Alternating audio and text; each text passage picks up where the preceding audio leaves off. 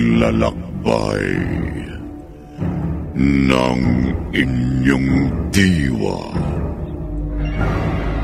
Pagsaksi sa mga pangyayaring hindi mo sukat akalain.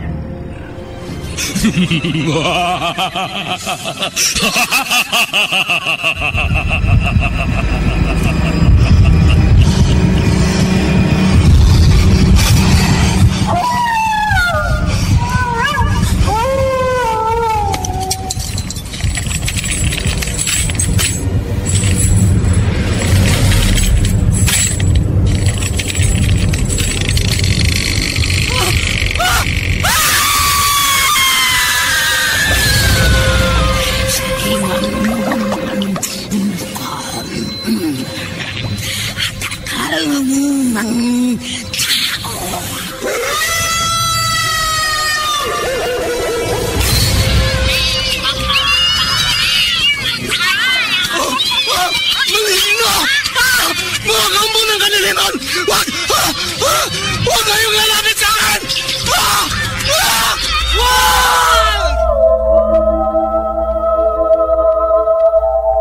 Mga kababalaghang hindi kayang tanggapin ng inyong isipan, nagaganap tuwing sasapit ang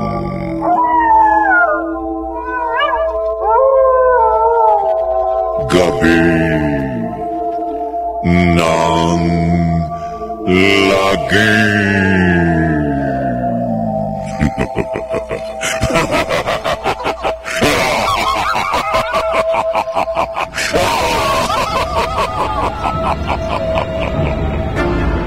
Pinagsamang produksyon ng DZRH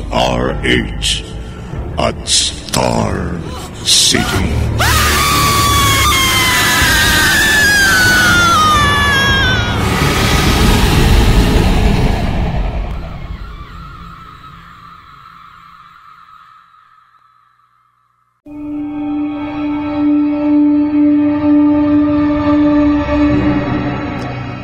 Magandang gabi, kaibigan.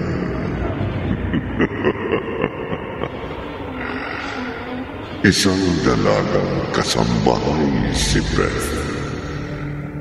Ang kapag napag-isa sa malaking bahay ng kanyang amo, ay nagbubuhay reyna kasama ang nobyong si Elmer. Natuklasan niyo ng kanyang amo na kilala sa tawag na Tatanik. Galit na galit ang matandang lalaki na sinaktan ang kasambahay. Narito ang ikalawang bahagi ng ating tampok na kwento sa linggong ito. Pinamagatang Kakilakilabot na Karma. Sa isa na naman, Gabi ng Lagi.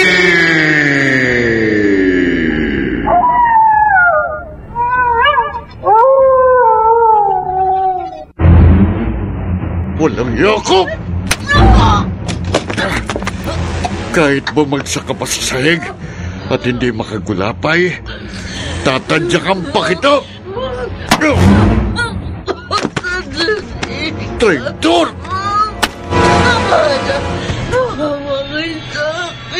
Hindi ko akalain. Hasen, wawalanggain mo ko. Pinapasweldo kita ng kumpleto, pinalala mo ang pinagkakatiwalaan, pero anong isinukli mo sa pagtitiwala ko at mga kabutihan ko sa'yo, ha? Ano? Kapag wala pala ako dito sa bahay, pinapapasok mo rito ang nobyo mo. Nagpapasarap kayo na gusto. pinagpapasasaan yung lahat ng mga pinagpapaguran ko. Patawarin niyo po. Patawarin? Nakakapagsising nagtiwala ako sa'yo. Di na po mauulit ang naging pagkakamali ko sa inyo. Wala na akong tiwala sa'yo, Beth. Bigyan niyo po ako ng isang pagkakataon. Para ano? Para muli mo akong traidorin? Kayo ng nobyo mo. Huwag niyo po sana akong paalisin. Wala na akong mapupuntahan. Sa probinsya naman, wala na akong babalikan doon. Patay ng mga magulang ko. Wala akong kumag-anak na pwede ko takbuhan. Wala akong pakialam sa'yo. Daddy. Ang dapat sa'yo yung mabilanggo. Huwag ka humawak sa akin.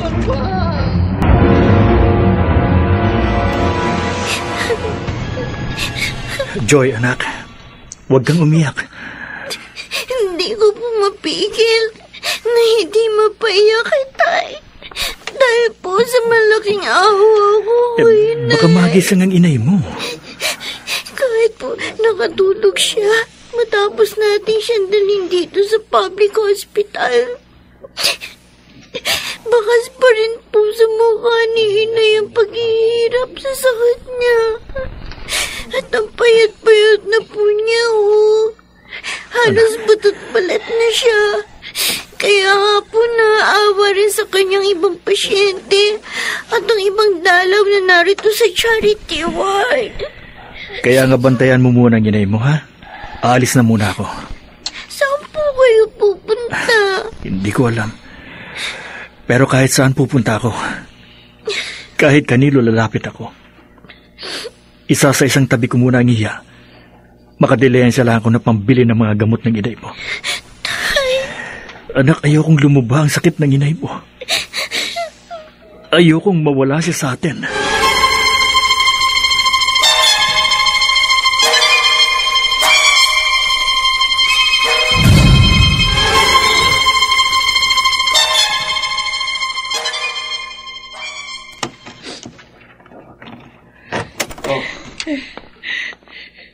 Bakit narito ka pa sa kwarto mo, ha?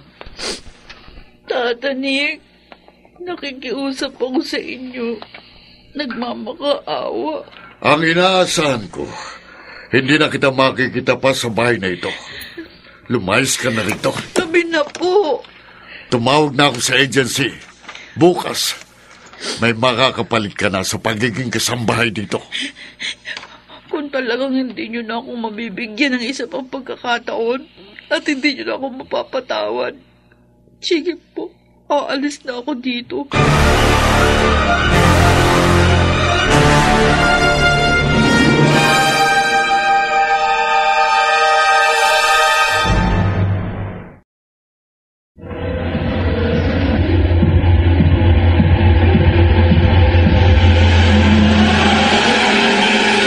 Balikan natin ang kasaysayang tampok sa linggong ito sa isa na namang Gabi ng Lagim.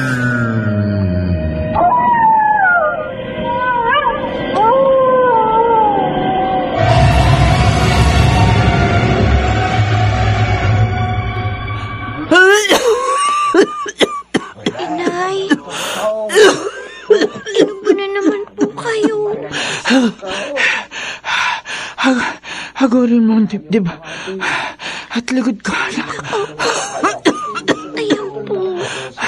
Para kahit pa paano mabawasan yung pagsakit ang dibdib at likod ko. At ang pag-umuko. Pagbalik po ni Itay dito sa ospital, may dala na siyang gamot ninyo. Umalis pa lang Itay ba? Kaninang nakatulog ako. Opo.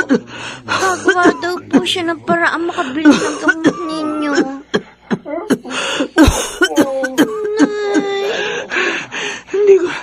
Hindi ko mapigil ang pag-umuko, anak. Kahit tinahagod mo yung dibdib at likod ko. Hirap na hirap ako. Ay. Ano nga lang po. Ako na magkakaroon.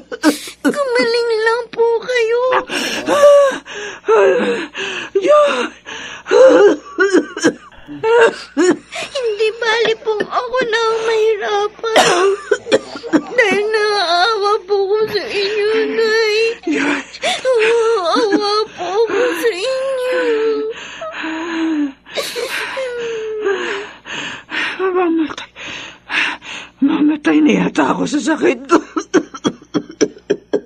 Mamamatay na yata ako.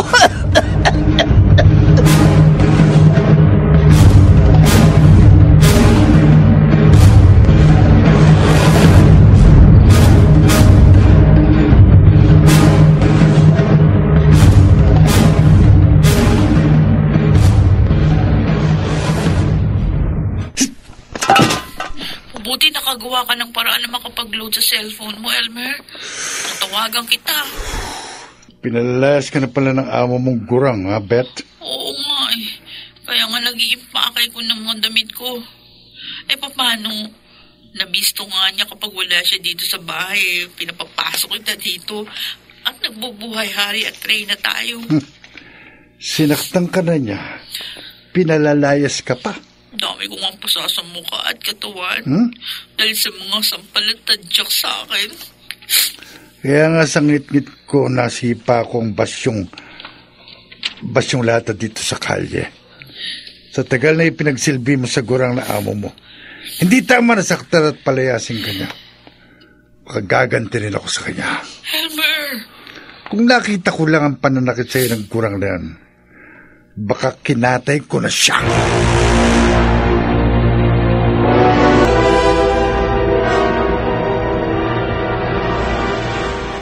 Hoy!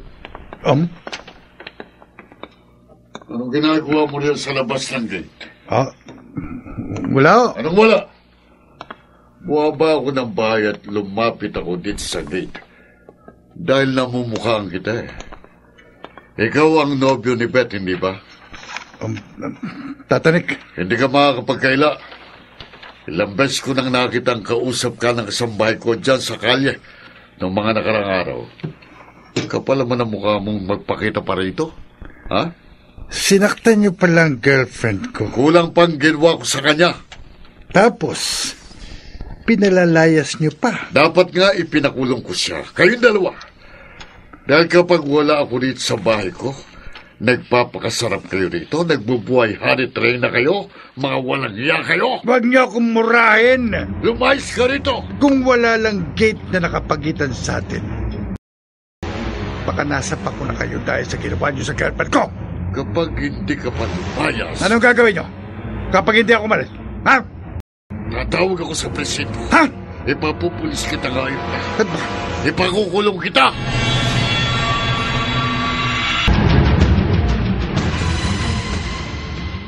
Ano nga mo, Elmer?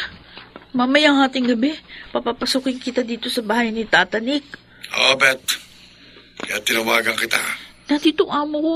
Nandun sa kwarto niya sa itaas. Basta sundin mo yung sinabi ko sa'yo. Pero kasi... Kapag hindi mo ako sinunod, kakalasan kita. Wag. Sige na, oo. Susundin na kita. Oo, sige. Papapasukin na kita dito sa bahay ng amo ko. Mamayang hating gabi. Good. Pero teka, bakit ka papasok dito? Anong gagawin mo?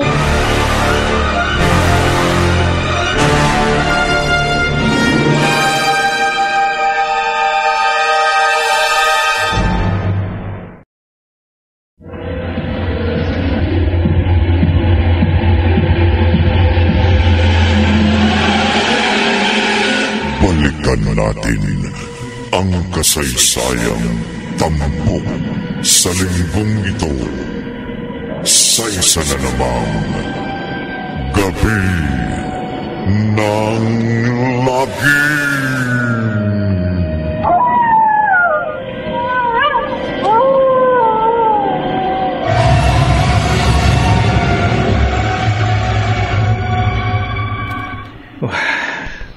Kahit saan ako magpunta, kahit kanino ako lumapit, wala akong mautangang pambili ng gamot para sa asawa ko. Maliwanag pa naman ang sabi sa akin ng doktor kaninang bago ako umalis sa ospital. Kapag hindi ko naibili ng gamot ang asawa ko, malamang lalong lumala ang sakit niya sa baga at baga maging mitya yun ang kanyang buhay. Hindi ako papayag na mamatay ang asawa ko. Gagawa ako ng paraan para maibili ko siya ng mga gamot sa kahit anong paraan.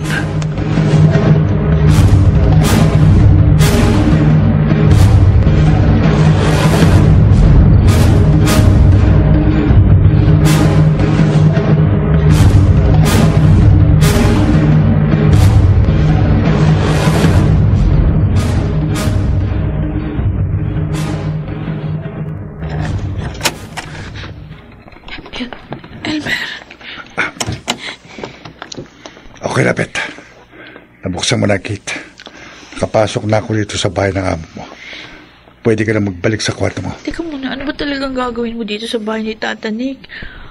Habang natutulog siya sa kwarto niya sa itaas. Huwag ka na magtanong. Ako na bahala. Sige na nga. Bahala ka na sa gusto mong gawin. Naiwan na kita dito sa sala, ha? Babalik na ako sa servants' quarter. Sige. Kapag hindi nagising sigurang lilimasin ko ang lahat ng pera at alahas sa bahay na ito. Pero kapag nagising siya, mamalasin siya sa akin. Ha? Sino nagbukas ng ilaw dito sa sala? Kapal talaga ng mukha mo, no? Tata Nick? Hanggang diyan ka lang sa kanyang tatayuan mo. Malas mo, Gurang. Nagising ka. Uy. May kutsilyo ka pa. Oh! At paluluwain kong bituka mo. Ikaw ang mamalasin sa akin. Sabi ka... Oo. Baril? Baril nga itong nakatutok sa bungo mo. Hayop ka?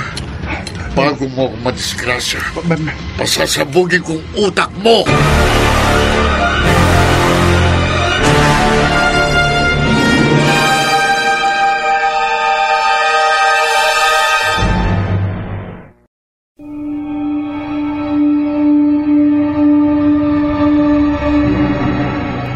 Saan hahantong ang pagtutok ng baril ni Tata Nick kay Elmer? Pakinggan bukas ng gabi ang ikatlong bahagi ng ating tampok na kwento sa linggong ito na pinamagatang Kakilakilabo na Karma. Sa isa na naman gabi ng lagi.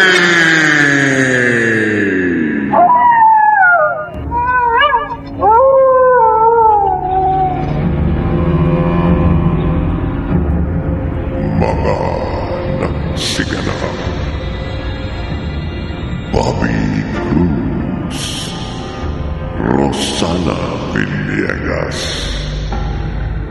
Maynard Landicho Jr., Susan Robles, Phil Cruz, at Chiquit del Carmen Amor. Naglapat ng tunog, Delyong, sa musika ni Buboy Salonga. Supervisyong teknikal ni Bong Buyar at Eric Lucero. Isinulat ni Orly Aquino at sa direksyon Leonel Benjamin. Gabi ng lagi.